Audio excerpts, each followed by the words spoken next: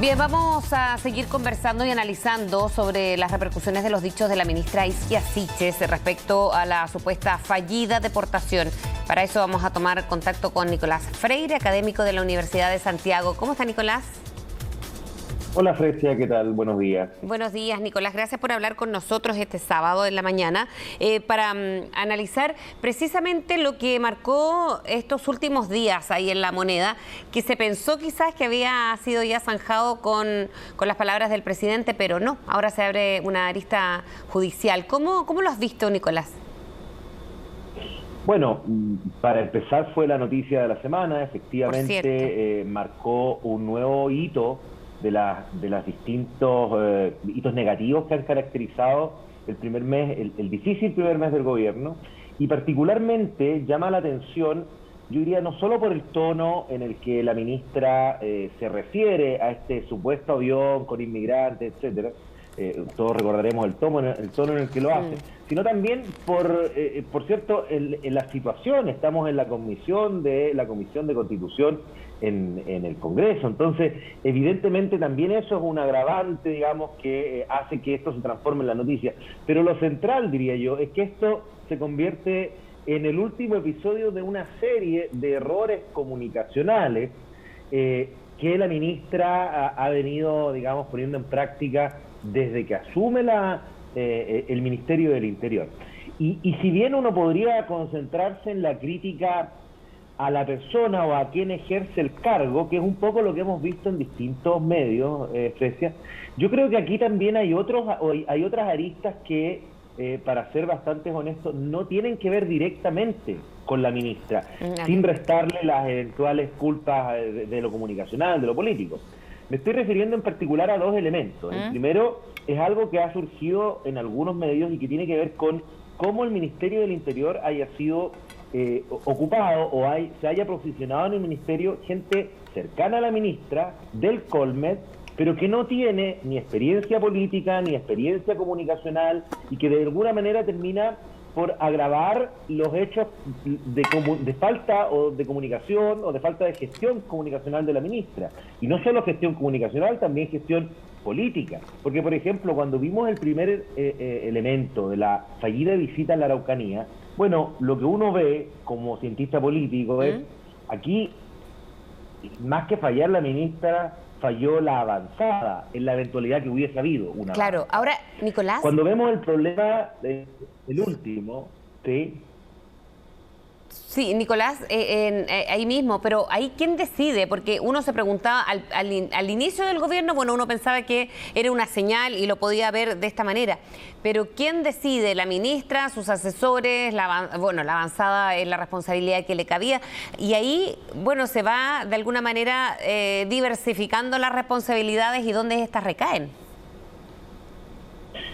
Sin duda, pero llega un momento en el que, y por eso yo quito el foco de la ministra, porque llega un momento, y lo voy a ejemplificar así, justamente con el segundo punto que te decía, en el que deben intervenir otras institucionalidades propias del gobierno. Es decir, para mí hoy día existen los supuestos necesarios para que intervenga la Secretaría de Comunicaciones, la SECOM, en el sentido de que han habido muchos errores dentro del ministerio que hacen necesario y hacen evidente que primero se articule un plan comunicacional en términos de gobierno, que se ha visto ausente, y segundo, que se ordenen las huestes dentro del ministerio, comenzando desde la ministra. Claro, para eso se necesita una directriz clara y específica por parte del presidente de la República. De lo contrario, nadie va a reconocer cierta autoridad de la SECOM en el ministerio. Pero ¿esto por qué? Porque justamente asistimos a momentos en los que la repetición de eventos, la gravedad, tú también lo decías, Precia, termina hoy día abriéndose por una arista en fiscalía.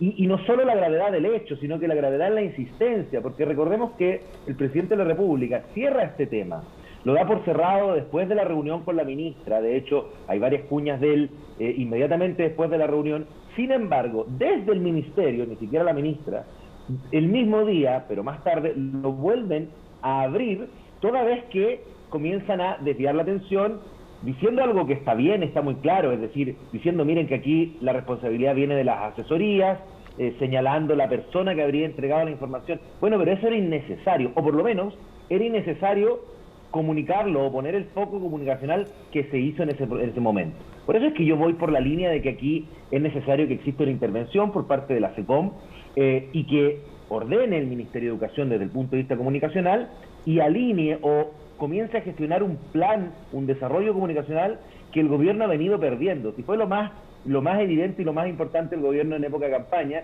y hoy día, desde que gobierna, pareciera que quienes están a cargo de la comunicación no saben cómo gestionarla, más allá de los problemas evidentes de la ministra y del ministerio en particular. Ahora, Nicolás, los efectos, ¿qué efecto esto puede tener en materia de la justicia, ¿no? Porque cuando hablamos del tema político netamente, ya uno se puede hacer un diagnóstico, más como tú lo vas explicando, pero tiene que ver con el tema que le va a ir pasando la cuenta, a lo mejor como la jefa de gabinete, pero también repercusiones que pueden ir dañando al gobierno, ¿o no? Sin duda. ¿Por qué? Porque el que hoy día se abra también una arista en fiscalía es muy simple, produce una cuestión evidente, que el tema no se cierra, que era justamente lo que necesita el gobierno, que se dé vuelta a la página, y hace que se dificulta la vuelta de página, por así decirlo. Yo no soy experto en temas jurídicos, pero dudo mucho de que exista, digamos, tenga éxito esta arista desde el punto de vista jurídico. Lo que sí creo es que va a mantener abierta esta herida en lo político y, por cierto, no va a permitir lo que ya no permitió ese mismo día, es decir, que el gobierno pueda comunicar, una vez más volvemos al mismo punto, elementos positivos e importantes, me refiero, por ejemplo, al plan, la implementación del plan económico, de manera eficiente y de manera eficaz. ¿Por qué? Porque existe esta piedra en el zapato, volvamos a ponerlo coloquialmente, que está molestando allí y que está haciendo que esto esté presente. Ahora,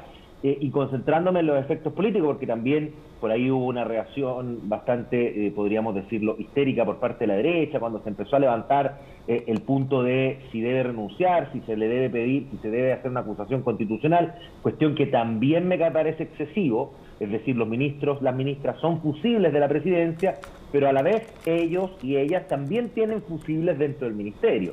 Y primero veamos en la línea jerárquica, en la asesoría de la ministra Siches, quién deba eventualmente dejar sus cargos, ¿no? Sus jefaturas de gabinete, sus jefes de comunicaciones, que duda cabe, y después, más adelante, veremos si es que estos eventos se repiten como para pensar en el cargo de la ministra. Lo que sí podemos decir desde ahora es que la ministra, yo creo, tiene un capital político importante, muy importante, sobre todo por lo que significó en la segunda vuelta y lo que ha significado la construcción del gobierno, como para asegurarse mantener en el gobierno. Es decir, difícilmente esto le pueda costar su cabeza política, pero sí creo que en virtud de esta repetición de errores no forzados, está siendo candidata a un importante y serio enroque en el primer cambio de gabinete. ¿Y eso? Un enroque, para quienes no escuchan, que quieren decir que se posicione en otro ministerio, la trasladen a otro ministerio. Claro, ahora no fue un error de origen no haber tenido una Isquia Siches que venía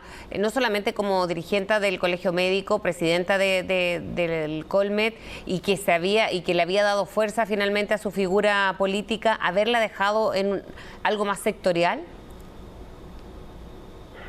Yo creo que, como se dice también coloquialmente, después de la batalla todos somos generales. Es decir, es evidente hoy día, y comparto contigo, Fresia, que lo más prudente habría sido dejarla en salud. Es como lo que todo el mundo que quiere que le vaya bien a este gobierno, pero sabe y se da cuenta de los errores que están cometiendo, es lo primero que piensa. Pero también hay que saber o hay que tener presente que la nominación no depende solamente de las capacidades o de los sectores que maneje, depende también del círculo de hierro, en el que aparentemente Isquia últimamente no ha estado muy presente, porque ahí también va un paréntesis importante que tiene que ver con las relaciones personales que existen, y aparentemente Isquia Siches no se ha cultivado muy bien la relación personal ni con el presidente de la República en el último tiempo, ni con la vocera de gobierno, que y también hay que señalar, es inversamente proporcional. A mayor presencia y errores de la ministra Siches,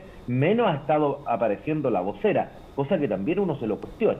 Pero más allá de eso, lo importante también es comprender que para un cargo como este, el simbolismo que involucraba a Isquia Siches y el peso que había tenido en la segunda vuelta presidencial Yo creo que en ese entonces hacían pensar en este nombramiento como un acierto, al menos desde esas dos aristas. Claro, hoy día comparto, y creo que hay muchos que comparten lo que tú dices, que probablemente habría que haber pensado en algo más sectorial, y por eso es que probablemente allí es donde se destine el enroque del que hablabas algunos minutos atrás. Ahora, hubiera sido una pésima idea haber hecho o haber permitido la renuncia o haberle pedido la renuncia a la ministra, ¿no?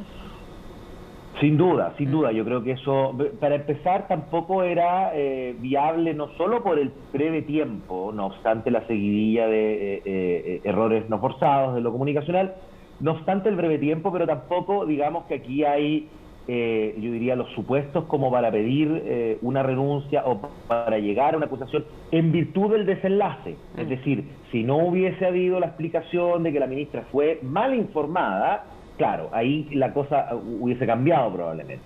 Pero en virtud de aquello, no creo que existan. Y además, también hay que entender que desde la perspectiva o la mirada del gobierno, una solicitud de renuncia al poco tiempo que se lleva habría sido un autogol enorme. Es decir, no era viable desde el punto de vista de la consolidación política que este gobierno busca en este primer tramo, un primer tramo que va a durar hasta el plebiscito de la constituyente, probablemente, y por lo tanto menos cosas ocurran desde la perspectiva negativa para el gobierno de aquí al 4 de septiembre, digamos, hace parte del plan más normal, más esperable.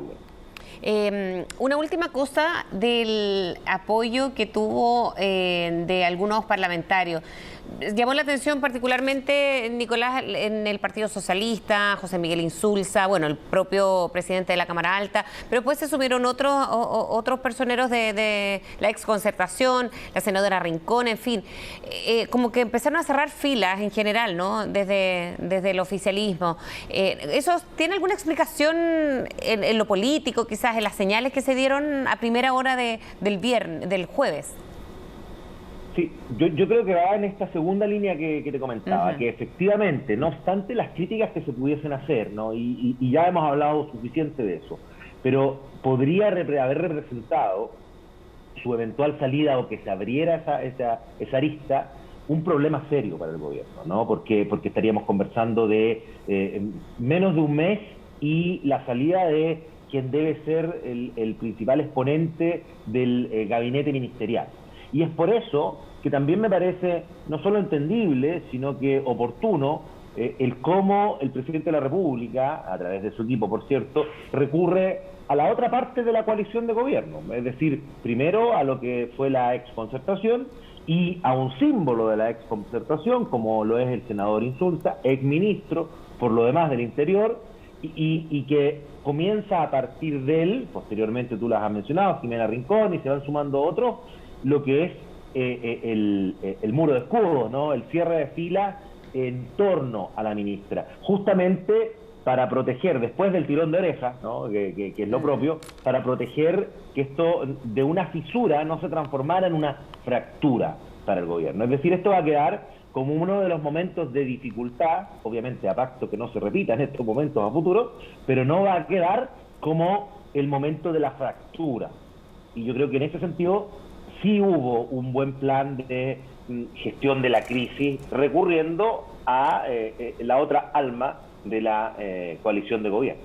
Bien, Nicolás, muchísimas gracias por haber hablado con CNN esta mañana. Te agradecemos sábado bien tempranito además y haber estado con CNN. Muchas gracias. Gracias a ti, Frecia. Que nos vemos. Vamos a hacer una pausa. Son las 9 de la mañana con 52 minutos y ya regresamos.